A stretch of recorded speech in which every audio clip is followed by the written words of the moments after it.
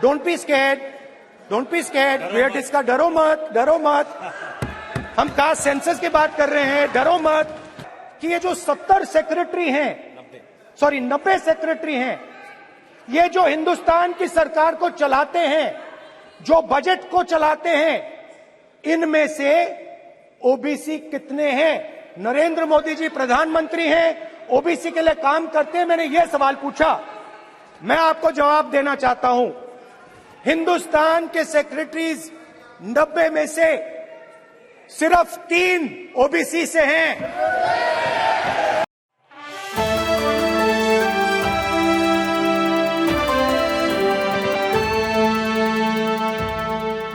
Thank you, Speaker Sir.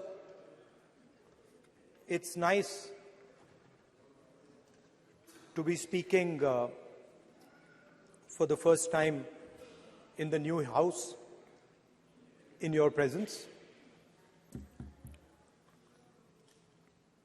I stand in support of the Women's Reservation Bill.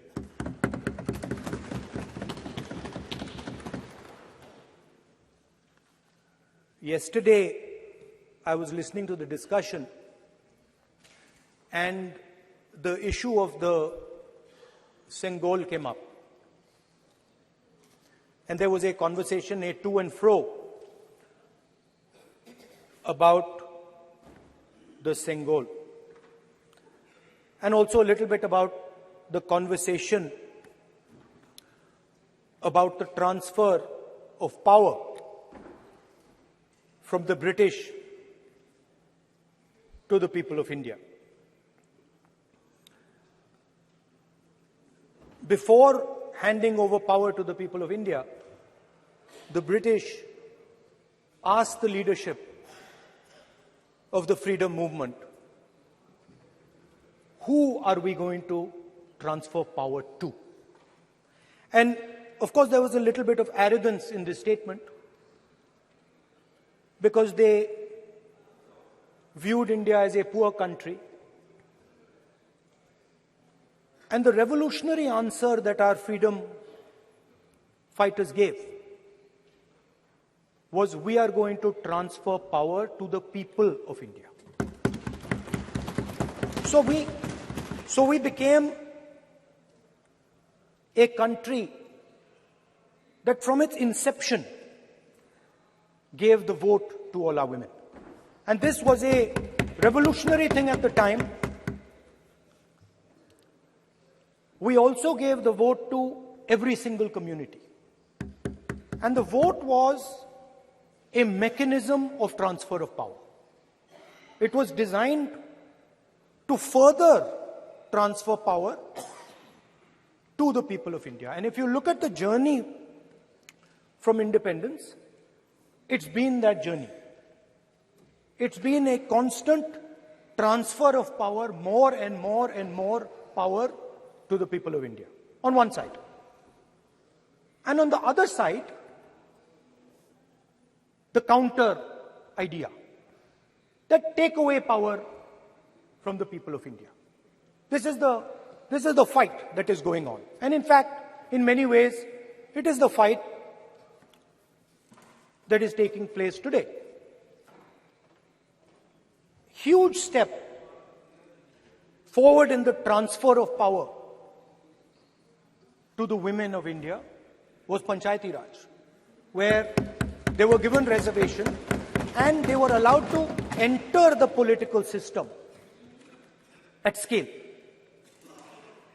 And this is another step. It's a big step. It is not a small step. And I'm sure everybody in this room, the treasury benches, the opposition, everybody agrees that this is a very important step for the women of our country.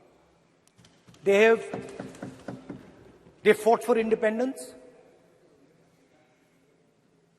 They are as capable as any man, in many ways more capable, and should be given as much space as they possibly can be given. There is one thing, in my view, that makes this bill incomplete. I would like to have seen OBC reservation included in this bill. I think it is very important that a large chunk of India's population, large chunk of India's women should have access to this reservation. And that is missing in this bill. There are also two things that seem strange to me. One is the idea that you require a new census to implement this bill. And the second is that you require a new delimitation to implement this bill. In my view, it is quite simple. This bill can be implemented today by giving 33% of the seats in the Lok Sabha and the Vidhan Sabha to India's women. And so I wonder if this is not designed to push the ball forward. To push the ball forward 7, 8, 9 years, and then let this thing play out the way it does. I know my friends tend to like to take the attention of people away from other issues.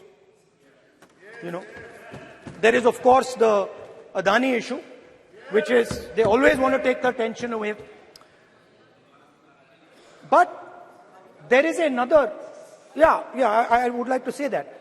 One of the things that, this is quite a nice building. Nice peacocks. Nice peacock feathers on the ground. Nice peacock feathers in the chair. It's a nice, tasteful building. But frankly, I would have liked to see the President of India in this process.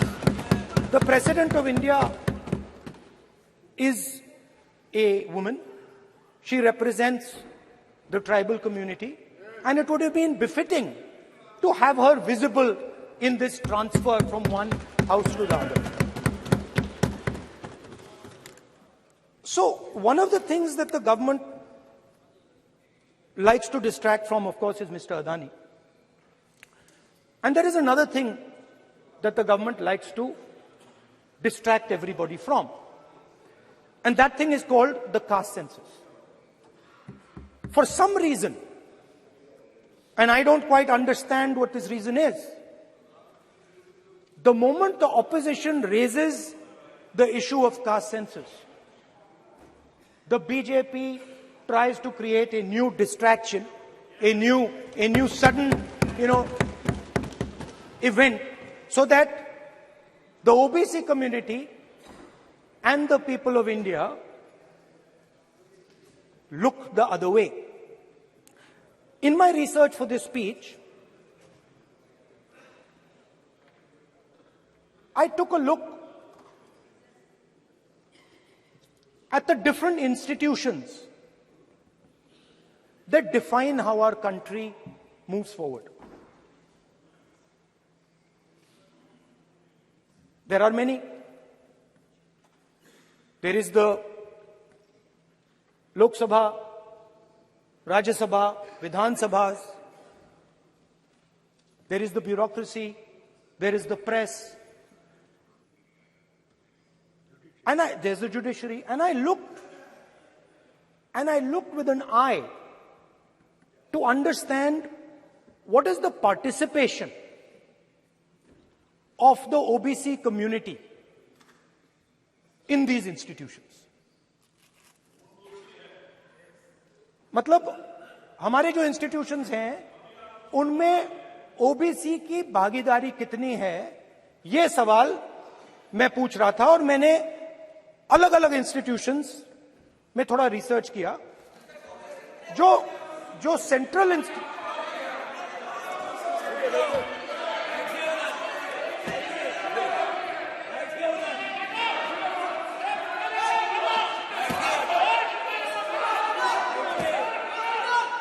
Hindustan, the central, don't worry, don't be scared, we are discussing, डरो मत, हम caste census की बात कर रहे हैं, डरो मत। तो मैंने, I checked, simple thing I did, I said, look, what is the most important set of people in the government of India? The people who define how this country is governed. Of course, Lok Sabha and Vidhan Sabha, but beyond that, they are the 90 secretaries of the government of India. 90 people, secretaries, are responsible for managing the core of the government of India. And I asked myself the question, how many of the 90 people come from the OBC community? And I was shocked and shattered by the answer. मैंने ये सवाल पूछा कि ये जो 70 secretary हैं, 90 secretary हैं, ये जो हिंदुस्तान की सरकार को चलाते हैं, जो बजट को चलाते हैं, इनमें से ओबीसी कितने हैं? नरेंद्र मोदी जी प्रधानमंत्री हैं, ओबीसी के लिए काम करते हैं। मैंने ये सवाल पूछा, मैं आपको जवाब देना चाहता हूं। हिंदुस्तान के सेक्रेटरीज 90 में से सिर्फ 3 ओबीसी से हैं।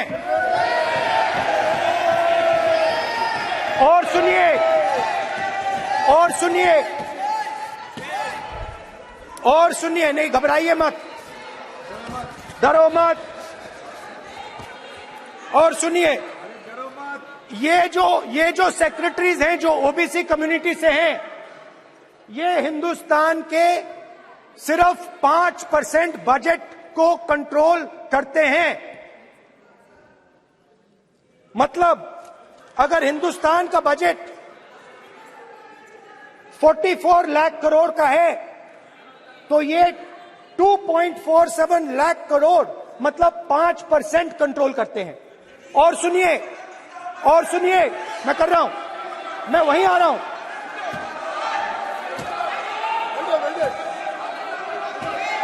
मतलब ये जो है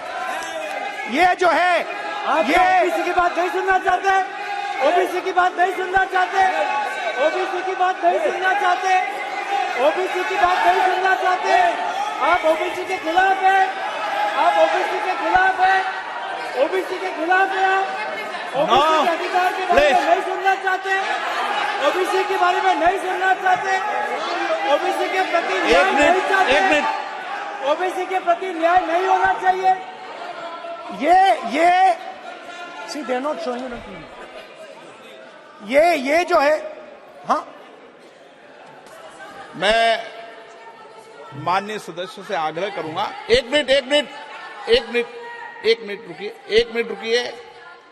माननीय सदस्य से मैं आग्रह करूंगा, एक तो ये महिला आरक्षण बिल है, और दूसरा सभी माननीय सदस्य समान है। डरो मतो ये शब्द इस पार्लियामेंट में नहीं बोलना चाहिए।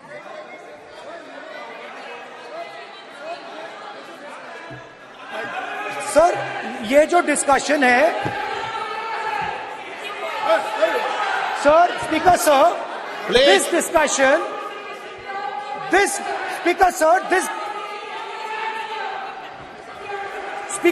this discussion is about the transfer of power to the people of India. The women being one group of the people of India and the OBC community being another group of the people of India. And I am elaborating that the OBCs, who number a huge percentage, have 3% of the 90 secretaries of this country and control and define 5% of India's budget. This is an insult and a shame to the OBC community. ये OBC community का अपमान है। तो सवाल उठता है कि इस देश में कितने ओबीसी हैं, कितने दलित हैं, कितने आदिवासी हैं, और उस सवाल का जवाब सिर्फ कास्ट सेंसस से मिल सकता है। सरकार को एक सुझाव है, सबसे पहले ये जो महिला का बिल है इसको आप पास कीजिए, आज पास कीजिए, ये जो आपके लागू कीजिए, और ये जो डिलिमिटेशन है जो आपने बोला है, और ये जो सेंसस है इसकी कोई जरूरत नहीं है, 33% आप महिलाओं को सीधा दे दीजिए। और दूसरी बात इसको बदलिए, इसको आप बदलिए। कैमरा नहीं है सर, कैमरा नहीं है, आपको ही दिखाएंगे सर, पूरा भाषण में आपको ही दिखाएंगे। ये आप बदलिए। ये जो लिस्ट है ये ओबीसी समाज का अपमान है। 90 लोग हिंदुस्तान के सेक्रेटरी हैं, उनमें से 3 लोग ओबीसी समाज के हैं, 5% बजट को कंट्रोल करते हैं। तो जल्दी से जल्दी आप कास्ट सेंसस कीजिए, जल्दी से जल्दी जो हमने कास्ट सेंसस किया था उसका डेटा आप रिलीज कीजिए, और अगर आप नहीं करेंगे तो हम कर डालेंगे। Thank you. धन्यवाद।